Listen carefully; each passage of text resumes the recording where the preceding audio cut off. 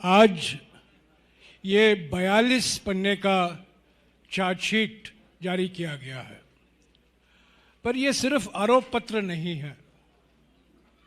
ये आरोप पत्र का आधार है पिछले 20 सालों का 20 तथ्य।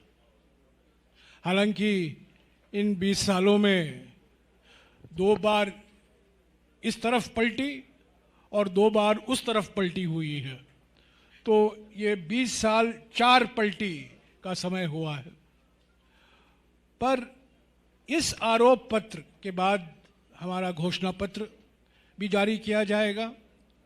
पर इस आरोप पत्र का मकसद है कि ये जो अपने आप को डबल इंजन सरकार कहते हैं, बिना ईंधन वाला डबल इंजन सरकार के कार्यकाल में बिहार की दशा क्या हुई है, उस पर इस पत्र में, आरोप पत्र में विस्तार से उल्लेख किया गया है। मैं सिर्फ यही कहूंगा विधानसभा के चुनाव के संदर्भ में कि बिहार एक निर्णायक मोड़ पर खड़ा हुआ है। एक रास्ता, 2 रास्ते दिखाई दे रहे हैं बिहार की जनता को, खास तौर से बिहार के युवाओं को। एक रास्ता है जनता की भलाई का रास्ता, सामाजिक सद्भावना, सामाजिक सशक्तिकरण, सामाजिक न्याय का रास्ता, आर्थिक विकास का रास्ता, और वो है महागठबंधन का रास्ता। और दूसरा रास्ता है, जैसा कि मैंने कहा, बिना ईंधन वाला डबल इंजन, स्वघोषित डबल इंजन। और जो इस स्वघोषित डबल इंजन का ईंधन है, सत्ता की मलाई, और उसका विवरण इस आरोप पत्र में भी किया गया है। मैं 3 या 4 मुद्दों को लूंगा इस आरोप पत्र से। पहली बात तो यह है कि पलायन, और खास तौर से मजबूरी में पलायन, बिहार का भविष्य नहीं बन सकता। यह बिहार का भविष्य नहीं है। बिहार का भविष्य है औद्योगिकरण, बिहार का भविष्य है कृषि विकास, बिहार का भविष्य है शहरीकरण, बिहार का भविष्य है और बेहतर स्वास्थ्य और शिक्षा की सुविधाएं। तो ये जो पलायन की संकट से गुजर रहा है कई सालों से बिहार, और जो आज देश भर में, दुनिया भर में जाना जाता है संकट पलायन, मजबूरी में पलायन के लिए, वो बिहार का भविष्य नहीं है। बिहार का भविष्य है विकास, बिहार में विकास, और देशों में नहीं विकास, पर बिहार में विकास प्राथमिकता। तो पहली बात तो ये है। दूसरी बात यह है कि 25 जुलाई 2025 को कैग ने विधानसभा में कैग की रिपोर्ट पेश की गई थी, और उस कैग के अनुसार बिहार सरकार के केवल 10 विभागों में 71,000 करोड़ रुपया का घोटाला हुआ है। 71,000 करोड़ रुपए का घोटाला केवल 10 विभागों में। यह कांग्रेस पार्टी की आंकड़े नहीं है, ये सीएजी के आंकड़े हैं, कैग के आंकड़े हैं, जो विधानसभा में रखे गए हैं।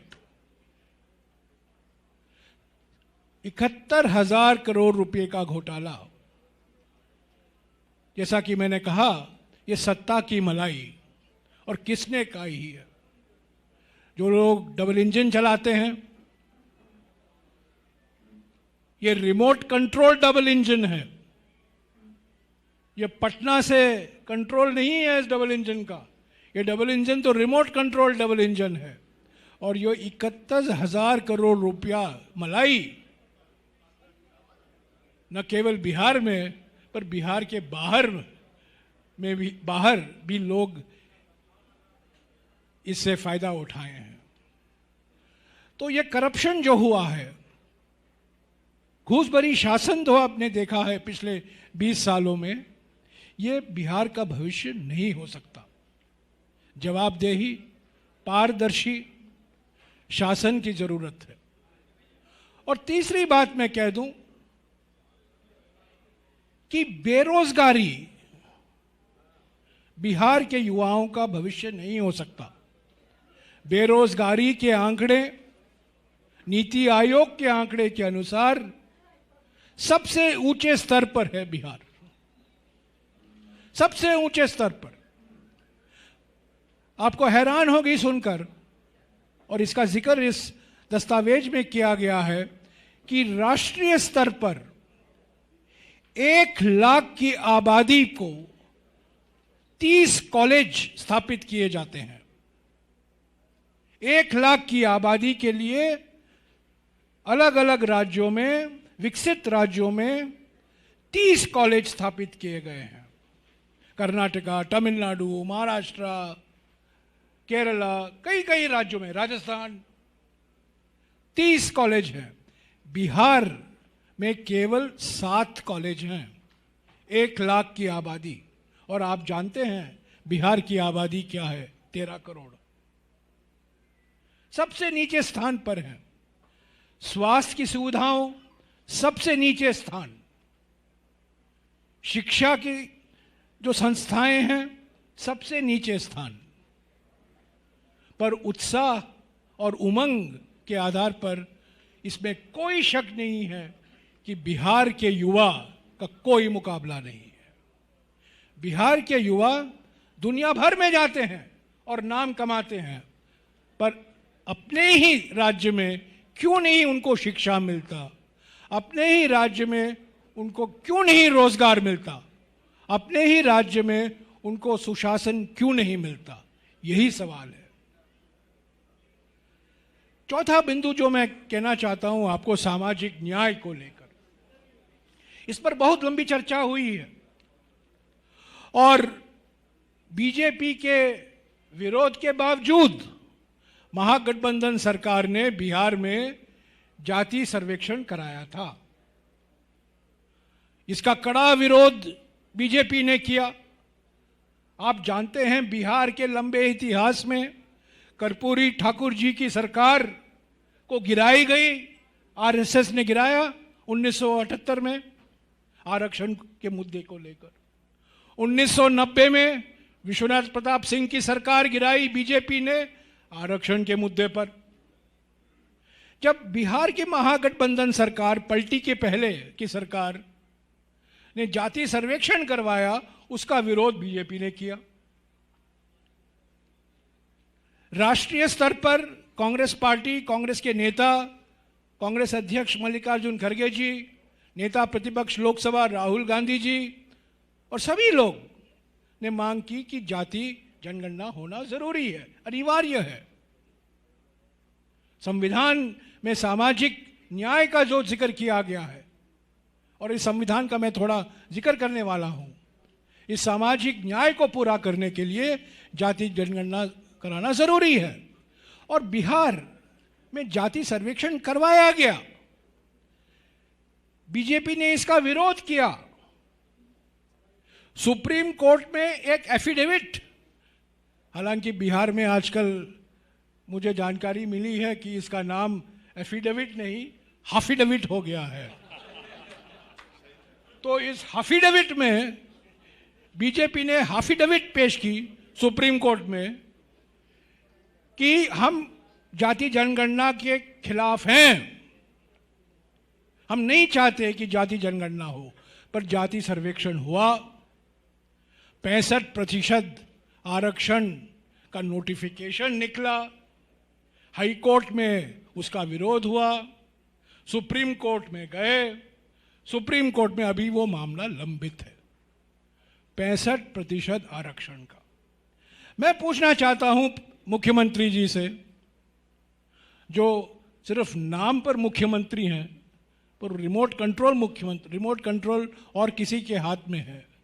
और दोनों से मैं पूछना चाहता हूं, मुख्यमंत्री से और रिमोट कंट्रोलर से, क्यों आपने बिहार के कानून को इस संविधान के नवी सूची में शामिल नहीं किया। अगर आप ये इसको शामिल करते तो उस कानून को संवैधानिक सुरक्षा मिलता। 30 साल पहले, ठीक 3 साल पहले इस नवी सूची में, अगर आप देखें नवी सूची हमारे संविधान में, एंट्री नंबर 257 तमिलनाडु का कानून है। 69% आरक्षण तमिलनाडु में अभी उपलब्ध है, 69%। और 30 साल पहले कांग्रेस की सरकार, जब पीवी नरसिम्हा राव जी प्रधानमंत्री थे और बिहार के ही एक बड़े नेता, कांग्रेस अध्यक्ष भी रहे, सीताराम केसरी जी सामाजिक कल्याण मंत्री थे, और उनके कार्यकाल में ये नवी सूची में शामिल किया गया। और उसका नतीजा ये है कि 30 साल से तमिलनाडु में 69% आरक्षण संवैधानिक है, पर बिहार में 65% आरक्षण असंवैधानिक कैसे हुआ? क्यों केंद्र सरकार और राज्य सरकार ने प्रयास नहीं की कि संविधान के नवी सूची में आप इसको शामिल कराएं? तो मेरा यह कहना है कि सामाजिक न्याय जो बात उठाई है कांग्रेस पार्टी ने, जाति जनगणना को लेकर, सभी जातियों के लिए बराबर हक देने के लिए, शिक्षा में, रोजगार में, उसके विरोध हमेशा बीजेपी रही है। और आज सामाजिक न्याय का मसीहा के रूप में बीजेपी के नेता यहाँ वहाँ घूम रहे हैं और भाषण दे रहे हैं। तो साथियों, संक्षिप्त में मैं फिर से कहूँगा, ये चुनाव राष्ट्रीय चुनाव नहीं है, ये विधानसभा के चुनाव हैं, पर इसका राष्ट्रीय असर भी होगा। पर ये विधानसभा के चुनाव हैं, बिहार के भविष्य के लिए चुनाव है, और खास तौर से बिहार के युवाओं के भविष्य के चुनाव है।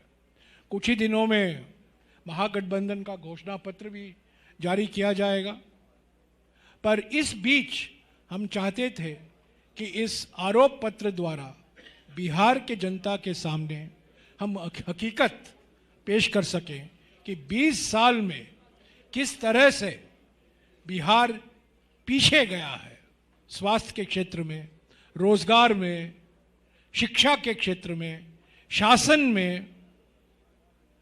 कुछ ऐसे क्षेत्र हैं जहां बिहार आगे बढ़ा भी है, अपराध में, घूस में, विफलताओं में, शासन की विफलताओं में बिहार तो आगे ही बढ़ा है। तो ये ऐतिहासिक चुनाव हैं, निर्णायक मोड़ पर हैं, और हमें पूरा विश्वास है कि परिवर्तन होगा। बिहार के युवा, बिहार की महिलाएं, बिहार के समाज के सभी वर्ग इस 20 साल के जुमले से मुक्ति चाहते हैं और शासन चाहते हैं, और शासन चलाने वाले बिहार में होना है और कहीं नहीं बैठना है, नागपुर में या दिल्ली में। वही असली मुद्दा है इन विधानसभा चुनावों में। शुक्रिया।